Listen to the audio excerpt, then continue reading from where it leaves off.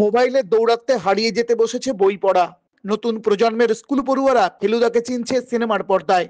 চাঁদের পাহাড়ের নায়ক হিসেবে তারা মনে রাখছেন বাংলা সিনেমা জগতের তারকা দেবকে। বিরাট কোহলি, রোহিত শর্মার নামের চাপে হারিয়ে গিয়েছে মতি নন্দীর কলম। কে বিভূতিভূষণ, কে শিবরাম চক্রবর্তী, প্রফেসর শঙ্কুর সৃষ্টিকর্তাই বা কে, তা জানতে আজ পড়ুয়াদের তেমন একটা আগ্রহ নেই। কারো বা যতটুকু আছে তার ভরসা ইন্টারনেট। আর সেই ইন্টারনেটের দৌলতে হারিয়ে যেতে বসেছে কিশোর বেলার সেই হাঁদাভোঁদা বা নন্টে ফন্টের কীর্তিকলাপ। আর তাই নতুন প্রজন্মের পড়ুয়াদের সেসব জানাতেই বহরমপুর লিপিকা মেমোরিয়াল গার্লস স্কুলের সরস্বতী পুজোয় কিশোর বেলার সেই সব কালজয়ী গ্রন্থের প্রচ্ছদে সাজানো হয়েছে পুজো চত্বর। প্রতিমার পেছনে আঁকা হয়েছে সেই সব চরিত্রের চিরচেনা ছবিও। সঙ্গে থাকছে প্রফেসর শঙ্কু, ফেলুদা, তোপসে কিংবা জটায়ুর মতো চরিত্রের কাট আউটও। এও যেন এক ফিরে দেখা। ছাত্রছাত্রীরা আজকালকার কিশোর সাহিত্যের চরিত্রতে তুলে ধরেছে। এখানে ভাবনাটা হচ্ছে যে এখনকার কিশোররা মোবাইলে আসক্ত হয়ে পড়েছে। কিশোর কিশোরীরা ওদের দুনিয়াটাই হচ্ছে মোবাইল নিয়ে। তো বই তারা একদমই পড়তে চায় না। যেটুকু চরিত্র সম্পর্কে তারা জানে সেটা সিনেমা থেকেই তারা জেনে আসছে। যেমন চাঁদের পাহাড়, তারা কিন্তু দেবকেই চেনে চাঁদের পাহাড়ে মেন ক্যারেক্টার বলতে। তো তারা যেন বই পড়ে, সেই জন্যই আমরা এই চিন্তা ভাবনাটা করেছি।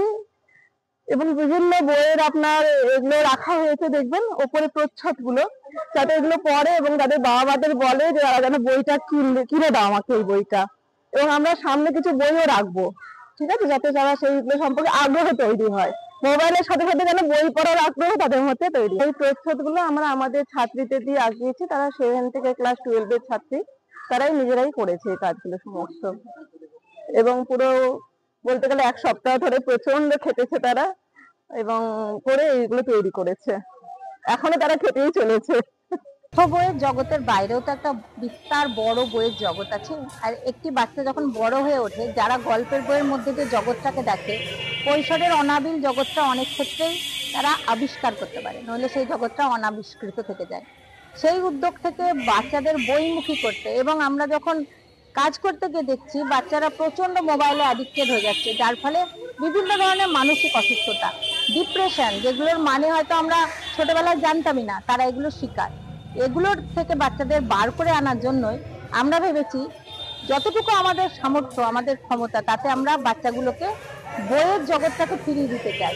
পড়ার বইয়ের বাইরে যে বিস্তর একটা জগৎ আছে, গল্পের বইয়ের জগৎ, সেই জগতে নিয়ে যেতে চাই। আর বাংলা সাহিত্যে তো চরিত্রের অভাব নেই। শিশু এবং কিশোর সাহিত্য নিয়ে আমরা কাজ করছি। অবিস্মরণীয় সব চরিত্র রয়েছে, তাদেরকে দেখুক, দেখার পর ওদের যদি ইচ্ছা হয় ওরা পড়বে, নিশ্চয়ই ইচ্ছে হবে। 100টি বাচ্চা দেখলে 60টিরও মনেও যদি ইচ্ছে জাগে, আমি জানবো, আমরা জানবো, আমরা সফল হয়েছি।